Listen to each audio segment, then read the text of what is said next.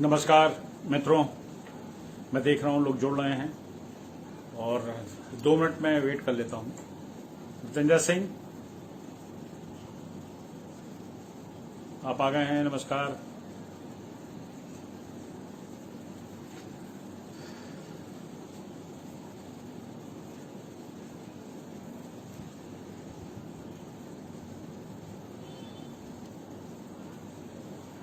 मेरी आवाज आपको जितेंद्र जी आ रही है?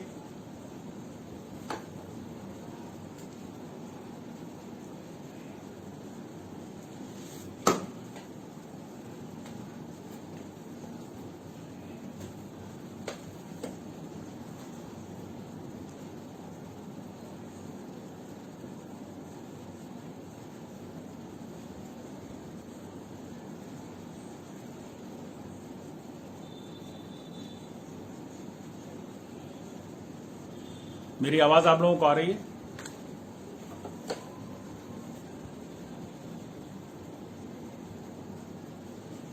ओके।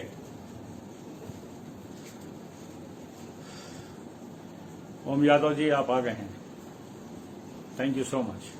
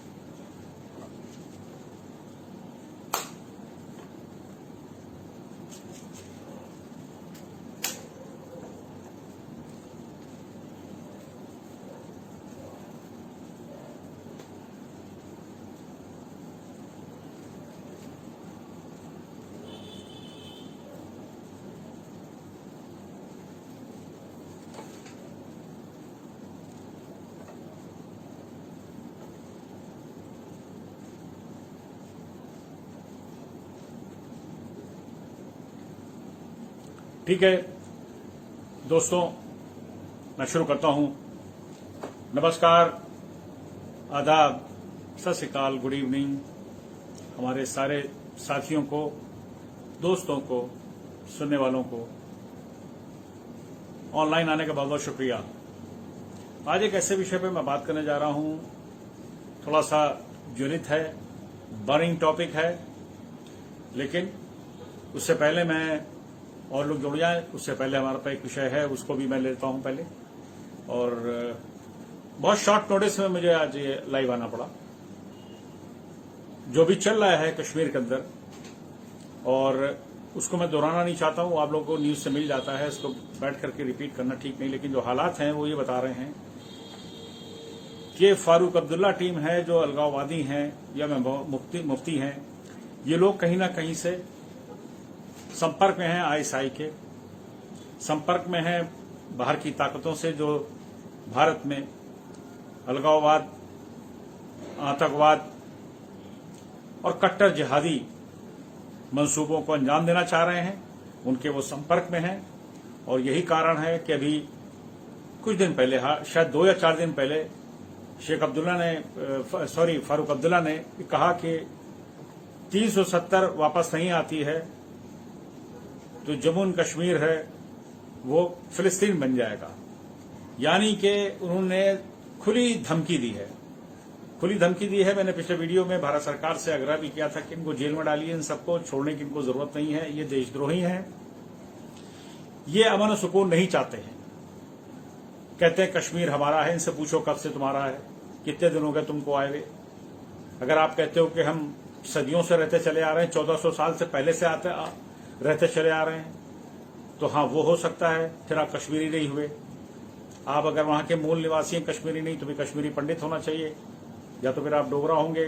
वैसे सुना है मैंने, और कहीं मैंने पढ़ा भी था कि इनके जो पूर्वज थे वो ब्राह्मण थे, फारूक अब्दुल्ला के। इस तरह वहां पर रहने वाले जितने हैं वो कहीं ना कहीं से भारतीय मूल के हैं। वो कहते रहे कुछ भी, भड़काते रहे, लेकिन सबसे बड़ा तमाचा उनके ऊपर यह पड़ गया है, जो अभी crown Prince of Saudi Arabia, वहां के क्राउन प्रिंस सलमान ने जब ये कह दिया कि हदीसों पे जो इस तरह की चीज़ें पढ़ाई जाती हैं, जो हदीसों में लिखा है, मैं उसको नहीं मानता हूँ, वो हदीसें गड़बड़ हैं और मोहम्मद साहब के बाद ये 250 साल के बाद लिखी गई हैं, अलग अलग लिखी गई। तो इससे इनका जो मिशन था वो टूट गया एक तरह से। जो इनके माई बाप थे, जो इनको पैसा खर्च करते थे, उन्होंने किनारा कर लिया इन लोगों से। अब ये लावारिस हो गए, इनकी लावारिसों में गिनती हो गई पूरे पाकिस्तान की, बांग्लादेश की अलगाववादियों की और कश्मीरियों की तो सबसे ज्यादा हो गई। विषय का ये नहीं है, विषय वो है जो कुछ ऐसी ताकतें हमारे भारत के अंदर हैं,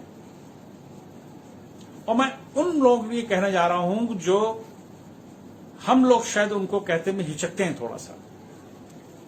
कोई मुस्लिम अलगाववादी होता है या जिहादी होता है या एक तरह कह लीजिए कि कट्टरपंथी होता है, तो हम उनके ऊपर हमला कर बैठते हैं, भर भर के बोलते हैं, खूब बोलते हैं, तबीयत से बोलते हैं और दूर तक उनको हम छोड़ कर आते हैं।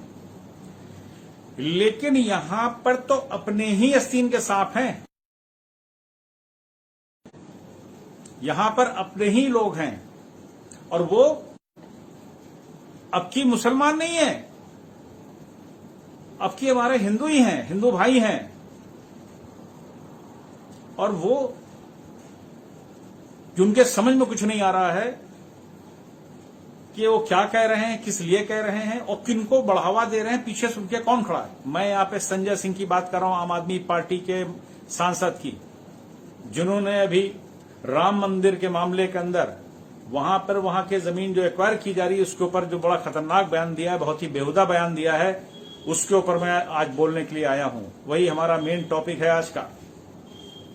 मैं हैरान हूं कि इतनी तिलमिलाहट संजय सिंह को क्या थी। या तो आने वाले इलेक्शन की 7-8 महीने बाद उत्तर प्रदेश के इलेक्शन है, तो आम आदमी पार्टी ने अपने को मुद्दा बना लिया।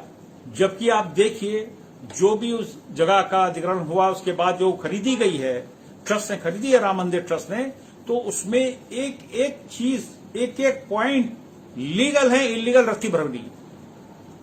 और ये लोग इतना बड़ा काम, इतना बड़ा मिशन है, इतना बड़ा मंदिर बनने जा रहा है, उस पर इलीगल कैसे कर सकते हैं? सोचने की बात है। क्यों एक नुक्ता छोड़ेंगे जिसमें किसी को कहने के लिए हो। 2011 से उस क्षेत्र की जमीन का अधिग्रहण हो रहा था, खरीदी जा रही थी। पहले अधिग्रहण नहीं हो रहा था, पहले खरीदी जा रही थी। उसके बाद 2014 में उसके प्राइस हुए, फिर 19 में। उसमें मैं कोई बात नहीं करना चाह रहा हूं, आप लोग टेलीविजन देख रहे हैं जो हो रहा है, आप न्यूज में पढ़ रहे हैं क्या हो रहा है कि वो 2 करोड़ से 18 करोड़ की 5 मिनट के अंदर हो गई। सर्किल रेट से और सर्किल रेट के कम से खरीदी गई है। 24 करोड़ रुपया बनता था तो 18 करोड़ में खरीदी गई है, सस्ती खरीदी गई है। और अभी वो जिसने बेची है वो 9 लोग उसके अंदर पार्टनर है। उसके अंदर सुल्तान अंसारी बोल रहा था, अभी मैंने देखा उसको, जिन लोगों ने जमीन बेची है। तो वहां पे जब राम मंदिर का निर्माण का उस क्षेत्र का अधिग्रहण शुरू हुआ तो वहां का सर्किल रेट ऑटोमेटिकली बढ़ गया। यह उसी तरह से है जैसे जेवर एयरपोर्ट के ऊपर कोई ऊसर प्रोड्यूसर के किनारे की जमीन जेवर एयरपोर्ट की खरीदने को तैयार नहीं था। जब ऐलान हो गया कि भारत सरकार जो है, उत्तर प्रदेश सरकार जो है, वहां पर इंटरनेशनल एयरपोर्ट बनाने जा रही, तो जमीनों के दाम बढ़ गए। जमीनों के दाम बढ़े, सर्किल रेट भी बढ़ गए। सरकार ने भी बढ़ा दिया उस इलाके को और उनको मुआवजा दिया गया। जो 7-8 लाख रुपए बीघा जमीन थी, मुआवजे में 30-32 लाख रुपए दिया गया बीघा। भारत सरकार ने दिया है। जब भारत सरकार दे सकती, इसी तरह यही हुआ जब राम मंदिर का वहां पर निर्माण का शुरुआत हो गई, वहां पर पूजा हो गई और नींव रख दी गई, शुरू हो गई। लेकिन आप ये देखिए कि उन्होंने एक एक कागज को मजबूती के साथ बनाया है, कहीं पर गलती नहीं करी है, और पैसा दिया, और कम पैसा दिया है। चंपत राय जी को मैं आज से नहीं जानता हूं। चंपत राय जी को मैं जानता हूं 2002, 3, 4 से, जब राम मंदिर आंदोलन पीक ऊपर था। स्वर्गीय अशोक सिंघल जी थे और हमारे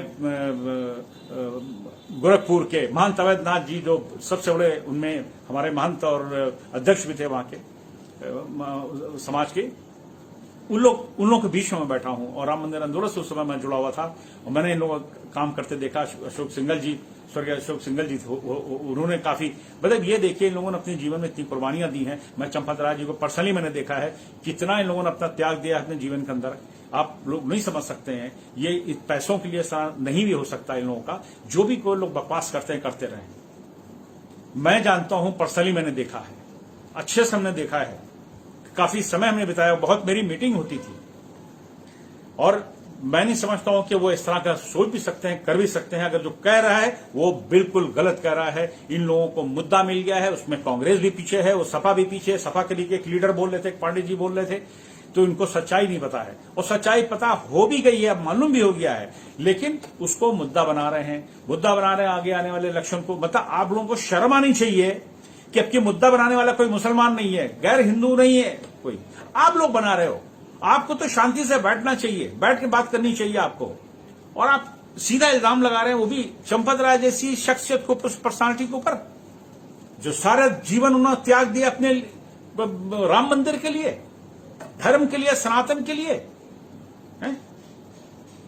मैंने अपनी आंखों से देखा है, हम बैठे हैं, हमारी बातचीत हुई है, और कैसे वो लोग करते थे काम, मुझसे कुछ भी छुपा नहीं हुजूर। और आप लोग तो हिंदू होकर, हिंदू समाज के होकर के कहते हो सनातनी। यार ये जो आप लोग कर रहे हो मेरे समझ में नहीं आ रहा। सिर्फ वोट की राजनीति कर रहे हो आप। अब की फिर वोट की राजनीति में अब की आप लोग राम को ले आए, राम मंदिर को लेकर आ गए। शर्म नहीं आ रही आप लोगों को? और ये है क्या संजय सिंह? मुसलमान पीछे कूदना शुरू हो गया, वाह वाह वाह वाह वाह वाह, उनको मुद्दा मिल गया।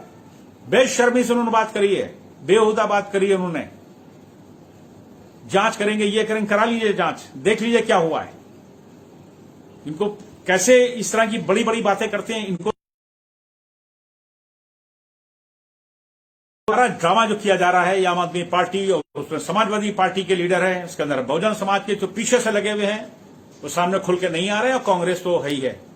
इनको पूरा एक मुद्दा जबरदस्ती का मिल गया, नहीं इनको मिल रहा, खींच खींच के बना रहे, खींच खींच के बना रहे हैं। और उनको भी खींच रहे हैं जिन्होंने अपना जीवन सारा त्याग दिया, जीवन उन्होंने लगा कर रख दिया। बेकार की बातें ये लोग करते हैं।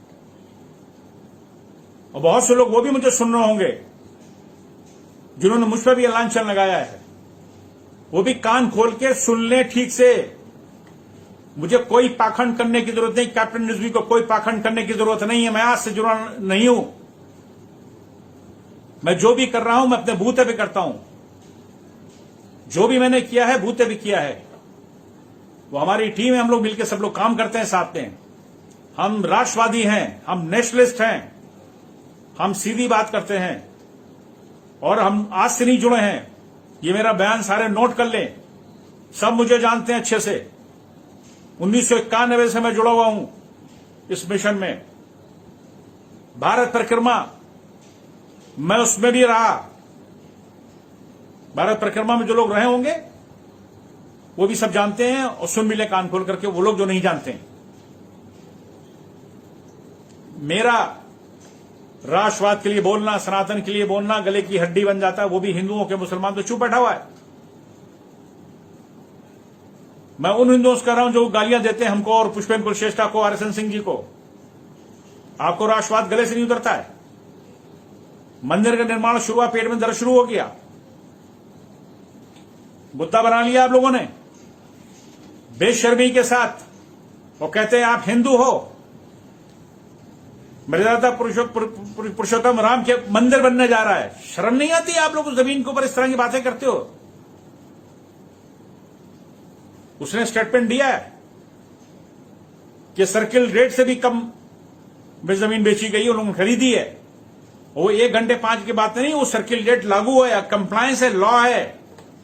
जब वो तीर्थ स्थल बन गया, वो जो ट्रस्ट बन गया है उसका, उसकी रेट बढ़ गए उस इलाके के। वो सभी जगह होता है। जाए करे ना, जेवर एयरपोर्ट के आसपास जो लोगों को मिली है मुआवजा मिल रहा, लोगों को 200, 300 बीघा का मिला है।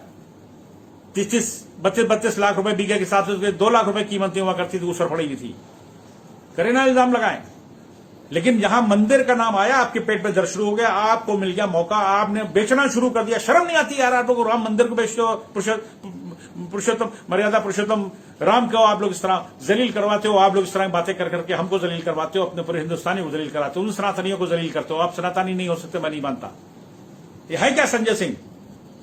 वो आम आदमी पार्टी का वो मुख्यमंत्री जी, उनके खासम खास सांसद बन गए। मुझे इस बात का गुस्सा है कि राम मंदिर के अंदर मुझे क्यों तकलीफ हो रही है, क्योंकि मैं उस मंदिर के मिशन से जुड़ा था। राम जन्मभूमि न्यास से जुड़ा हुआ था, इसलिए मेरे पेट में दर्द हो रहा है। जैसे उनके हो रहा है, मेरे ज्यादा हो रहा है। मुझे दुख हो रहा है, तकलीफ हो रही है कि इनको परेशानी हो रही है। और चंपत राय जी जैसे शरीफ इंसान के ऊपर इल्जाम लगा रहे हैं। खुद से पूछिए क्या क्या बेईमानी करी इनके आम आदमी पार्टी के लोगों ने, यहां पर उनके मुख्यमंत्री ने क्या क्या नहीं किया, क्या क्या भी कोविड के टाइम के ऊपर घोटाले हो गए जिसको दबाने की कोशिश की गई। हर जगह पैसे की दलाली लोगों ने करी, मुंह खोल खोल के बोलना शुरू कर दिया। मुझे दुख हुआ, इसीलिए मैं आप लोगों के बीच आया। मैंने अपनी बात कही, मैं लंबी कोई और बात नहीं करना चाहता हूं। मैं कंडेम करता हूं इन लोगों को जो इस तरह की बातें करते हैं, खास करके संजय सिंह, समाजवादी पार्टी के वो नेता और समाजवादी पार्टी के वो लीडर जो पीछे से हवा दे रहे हैं। इनके पास कोई मुद्दा नहीं बचा अगले इलेक्शन के लिए, कोई मुद्दा इनके पास नहीं है। देख लीजिएगा, स्वीप से सरकार फिर बनेगी, जिनकी बनेगी बनेगी, वो समझ में आ रहा हमको भी किसकी बनेगी। एक लाइन में है, जो मंदिर बनाएंगे सरकार उन्हीं की बनेगी, जो कुछ करना कर लो। बहुत बहुत धन्यवाद आप सबका। मुझे गुस्सा था, मुझे तकलीफ हुई, इसलिए मैं आया हूं हम लोग से ये बात करने के लिए, संबोधित अभी किया। और हमें ऐसे लोगों का विरोध करना है, भारत के पूरे भारत में विरोध करना है, चाहे आंदोलन करना पड़े, ऐसे लोगों की आंदोलन को करना पड़ेगा। हमारे लोग सुन रहे हैं, इसके अंदर आंदोलन करना पड़ेगा तो हम उसके लिए आंदोलन भी करेंगे। जो भी राम मंदिर में रुकावट बनेगा, जो भी इस तरह करेगा, चंपत राय जी के साथ हम खड़े हैं। मृत्युंजय सिंह जी, आप सुन रहे हैं हमारी बात को, अगर आंदोलन करना पड़ेगा ऐसे लोगों के खिलाफ हम आंदोलन करेंगे। बहुत बहुत धन्यवाद आप सबका। जय हिंद, वंदे मातरम।